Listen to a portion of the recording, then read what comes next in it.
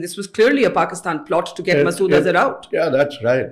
And it became absolutely clear when they demanded the release of Zargar, because he was their man. Yeah. And when it came down to 3 and they asked for him, we were all surprised. I was surprised.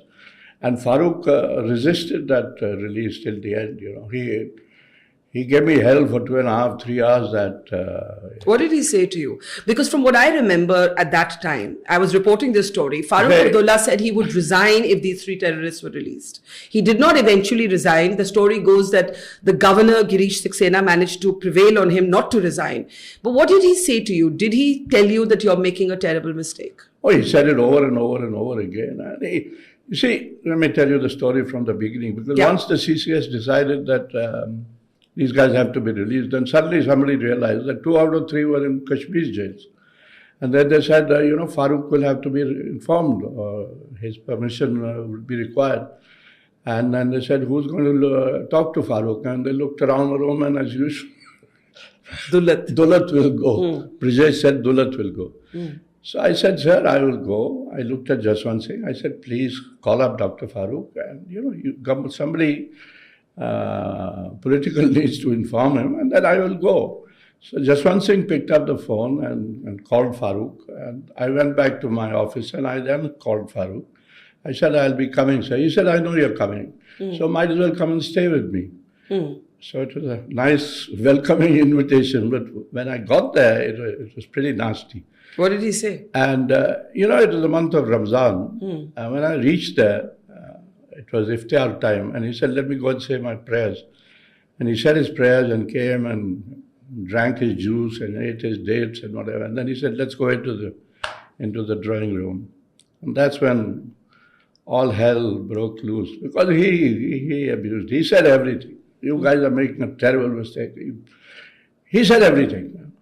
And he picked up the phone, he banged the phone, he rang up Advani, he rang up Jaswant Singh, he rang up everybody. And he said, it's not on. What was I to say to him? The first thing, of course, he said to me, it's you again. You were there during Rubaiya's time, you are again here. I said, sir, then... So to give context, there's an entire generation who doesn't know who Rubaiya is. Rubaiya is Mehbooba Mufti's sister. She gets abducted by the Jammu and Kashmir Liberation Front militants. And once again, a swap deal is made for her safety. And this is now the second time that you're in the middle of actually releasing terrorists in exchange for the safety of civilians. That's right. So he said, it's you again. I said, sir, in Rubaiya's case, I was with you. I was with the state government. I was posted in this thing. Now I've come on behalf of government of India. He said, you're all the bloody same. Say this thing. You'll regret this. It's a normal thing. And did he say he would resign? Oh, he said it so many times. When Farooq creates theatre, he's at his best.